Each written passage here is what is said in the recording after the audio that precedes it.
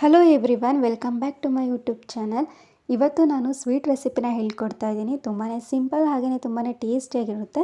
ಮಾಡೋದು ಕೂಡ ಬೇಗನೆ ಮಾಡ್ಕೊಬೋದು. ಹಾಗೆಯೇ ಇದಕ್ಕೆ ಬೇಕಾಗಿರೋದು ಬರೀ ಹೆಸರುಬೇಳೆ ಮತ್ತು ಬೆಲ್ಲ ಇಷ್ಟೇ. ಬರೀ ಹೆಸರುಬೇಳೆ ಮತ್ತು ಬೆಲ್ಲದಿಂದನೇ ಎಷ್ಟು ಸಾಫ್ಟಾಗಿರೋ ಸ್ವೀಟ್ ರೆಡಿಯಾಗಿದೆ, ನೀವೇ ನೋಡ್ತಿರ್ಬೋದು. ಬೇಕಿದ್ರೆ ನೀವು ಸಕ್ಕರೆ ಕೂಡ ಹಾಕ್ಕೋಬೋದು. ನಾನು ಬೆಲ್ಲ ಹಾಕಿ ಮಾಡಿದ್ದೀನಿ ಇದಕ್ಕೆ.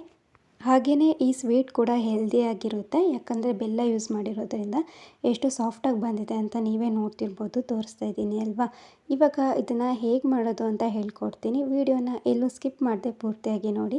ಹಾಗೆ ಸಬ್ಸ್ಕ್ರೈಬ್ ಮಾಡ್ಕೊಂಡಿಲ್ಲ ಅಂದರೆ ಸಬ್ಸ್ಕ್ರೈಬ್ ಮಾಡ್ಕೊಂಡು ನೋಡಿ. ಈಗ ಒಂದು ಬೌಲ್ ತಗೊಳ್ತಾ ಇದ್ದೀನಿ. ಈಗ ಅದಕ್ಕೆ ಹೆಸರುಬೇಳೆನ ಹಾಕ್ಕೊಬೇಕು. ನಾನಿಲ್ಲಿ ಈ ಬೌಲಲ್ಲಿ 1.5 ಕಪ್ ಆಗೋಷ್ಟು ಹೆಸರುಬೇಳೆನ ಹಾಕ್ಕೊಂಡಿದ್ದೀನಿ. ಇವಾಗ ಅದಕ್ಕೆ ನಾನು ನೀರನ್ನು ಹಾಕಿ ಚೆನ್ನಾಗಿ ವಾಶ್ ಮಾಡ್ಕೊಬೇಕು. ಇದು ನೀರಲ್ಲಿ ನೆನೆಸಿಡಬೇಕು ಈ ಥರ ಏನೂ ಇಲ್ಲ. ಜಸ್ಟ್ ವಾಶ್ ಮಾಡ್ಕೊಳ್ಳೋದಕ್ಕೆ ಮಾತ್ರ ನಾನು ನೀರನ್ನು ಹಾಕ್ಕೊಳ್ತಾ ಇದ್ದೀನಿ. ಇದನ್ನು ಒಂದು 2-3 ಸಲ ಆದರೂ ಕ್ಲೀನಾಗಿ ಈ ಥರ ವಾಶ್ ಮಾಡ್ಕೊಬೇಕು. ವಾಶ್ ಮಾಡಿ ನೀರು ಚೆಲ್ಲಿ ಮತ್ತು ಬೇರೆ ನೀರು ಹಾಕ್ಕೊಂಡು ಈ ಥರ ವಾಶ್ ಮಾಡ್ಕೊಬೇಕು. ಒಂದು 3 ಸಲ ಈ ಥರ ಮಾಡ್ಕೊಂಡಿದ್ದೀನಿ. ಅದಾದಮೇಲೆ ನೋಡಿ, ನೀರೆಲ್ಲ ತೆಕ್ಕೊಂಡು ಈ ಥರ ಇಟ್ಕೊಂಡಿದ್ದೀನಿ. ಇವಾಗ ಸ್ಟವ್ ಆನ್ ಮಾಡಿಕೊಂಡು ಸ್ಟವ್ ಮೇಲೆ ಒಂದು ಪ್ಯಾನ್ ಇಟ್ಕೊಂಡ್ಬಿಟ್ಟು ಇವಾಗ ಹೆಸರುಬೇಳೆನ ಹಾಕ್ಕೊಳ್ತಾ ಇದ್ದೀನಿ.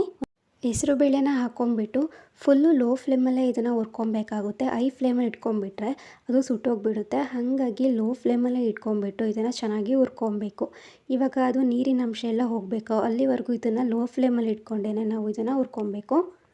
ಇದನ್ನು ಹುರ್ಕೊಳ್ಳೋದಕ್ಕೆ ಸ್ವಲ್ಪ ಟೈಮ್ ತೊಗೊಳುತ್ತೆ, ಬಿಟ್ಟರೆ ಜಾಸ್ತಿ ಏನೂ ಟೈಮೇ ಇಲ್ಲ. ಇದಕ್ಕೆ ಬೇಗ ಮಾಡ್ಕೊಬೋದು. ಇವಾಗ ನೋಡಿ, ಈ ಥರ ಹುರ್ಕೊಂಡಿದ್ದೀನಿ. ಲೋ ಫ್ಲೇಮಲ್ಲಿ ಇಟ್ಕೊಂಡು ಈ ಥರ ಹುರ್ಕೊಬೇಕು. ಇವಾಗ ಫುಲ್ ಡ್ರೈ ಆಗಿದೆ, ನೀರೆಲ್ಲ ಹೋಗಿದೆ. ಇವಾಗ ಇದನ್ನು ಇಳಿಸ್ಕೊಂಬಿಟ್ಟು ಅದು ಸ್ವಲ್ಪ ತಣ್ಣಗಾದಮೇಲೆ ಒಂದು ಮಿಕ್ಸರ್ ಜಾರ್ ತೊಗೊಂಬಿಟ್ಟು ಆ ಪೌಡರ್ನ ಮಾಡ್ಕೊಬೇಕು. ನಾವೀಗ ಹೆಸರುಬೇಳೆನ ಹುರ್ಕೊಂಡಿದ್ವಲ್ಲ ಅದನ್ನು ಪೌಡರ್ ಮಾಡ್ಕೊಬೇಕು. ಹಾಗಾಗಿ ಹೆಸರುಬೇಳೆನ ಮಿಕ್ಸರ್ ಜಾರಿಗೆ ಹಾಕ್ಕೊಂಬಿಟ್ಟು ಕ್ಲೀನಾಗಿ ಪೌಡರ್ ರೀತಿಯಲ್ಲೇ ಮಾಡ್ಕೊಬೇಕು. ನಾವು ಇದನ್ನು ತರಿ ಮಾಡ್ಕೊಬಾರ್ದು. ಇಲ್ಲ ಬೇಕಿದ್ರೆ ನೀವು ಈ ಥರ ಪೌಡರ್ ಮಾಡಿಕೊಂಡು ಒಂದ್ಸರಿ ಜರಡಿ ಬೇಕಾದರೂ ಮಾಡ್ಕೊಬೋದು. ಇಲ್ಲಾಂದರೆ ಫುಲ್ಲು ಪೌಡರ್ ಮಾಡ್ಕೊಂಡಿದ್ದೀರ ಅಂದರೆ ಡೈರೆಕ್ಟಾಗಿ ಪ್ಯಾನ್ಗೆ ಹಾಕ್ಕೊಳ್ತಾ ಇದ್ದೀನಿ ನಾನು ಇವಾಗ ಇದನ್ನು ಕೂಡ ಲೋ ಫ್ಲೇಮಲ್ಲಿ ಇಟ್ಕೊಂಡೆ ಒಂದು 2 ನಿಮಿಷ ಹುರ್ಕೊಂಡ್ರೆ ಸಾಕಾಗುತ್ತೆ. ಒಂದು ಸ್ವಲ್ಪ ಟೇಸ್ಟ್ ಚೆನ್ನಾಗಿ ಬರುತ್ತೆ ಅಂತ ಇದನ್ನು ಹುರ್ಕೊತಾ ಇದ್ದೀನಿ. ಆವಾಗಲೂ ಸ್ವಲ್ಪ ಹುರ್ಕೊಂಡಿದ್ನಲ್ವ, ಹಾಗಾಗಿ ಇವಾಗ ಜಾಸ್ತಿ ಹೊತ್ತೇನು ಬೇಡ. ಒಂದು 2 ನಿಮಿಷ ಲೋ ಫ್ಲೇಮಲ್ಲೇ ಈ ಥರ ಹುರ್ಕೊಂಡ್ರೆ ಸಾಕಾಗುತ್ತೆ.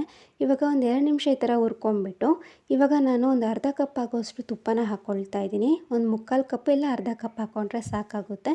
ಒಂದು 3/4 ಕಪ್ ಇತ್ತು ಅನಿಸುತ್ತೆ, ಅಷ್ಟನ್ನು ಹಾಕ್ಕೊಂಬಿಟ್ಟು ಇವಾಗ ಅದನ್ನು ಕೂಡ ಚೆನ್ನಾಗಿ ಮಿಕ್ಸ್ ಮಾಡ್ಕೊಬೇಕು. ನಿಧಾನವಾಗಿ ಇದನ್ನು ಮಿಕ್ಸ್ ಮಾಡ್ಕೊಬೇಕು. ಚೂರು ಗಂಟು ಬರಲ್ಲ, ಕ್ಲೀನಾಗಿ ಈ ಥರ ಆಗುತ್ತೆ. ನೋಡ್ತಿರ್ಬೋದು ನೀವೇ. ಈ ಥರ ಚೆನ್ನಾಗಿ ಮಿಕ್ಸ್ ಮಾಡ್ಕೊಬೇಕು. ಅದಾದಮೇಲೆ ಈ ಥರ ಆಗುತ್ತೆ. ಇದು ಕೂಡ ಜಾಸ್ತಿ ಟೈಮ್ ತೊಗೊಳ್ಳೋದಿಲ್ಲ. ಈ ಥರ ಆಗಿದೆ ನೋಡಿ. ಇವಾಗ ಚೆನ್ನಾಗಿ ಎಲ್ಲ ಮಿಕ್ಸ್ ಮಾಡ್ಕೊಂಡಿದ್ದೀನಿ.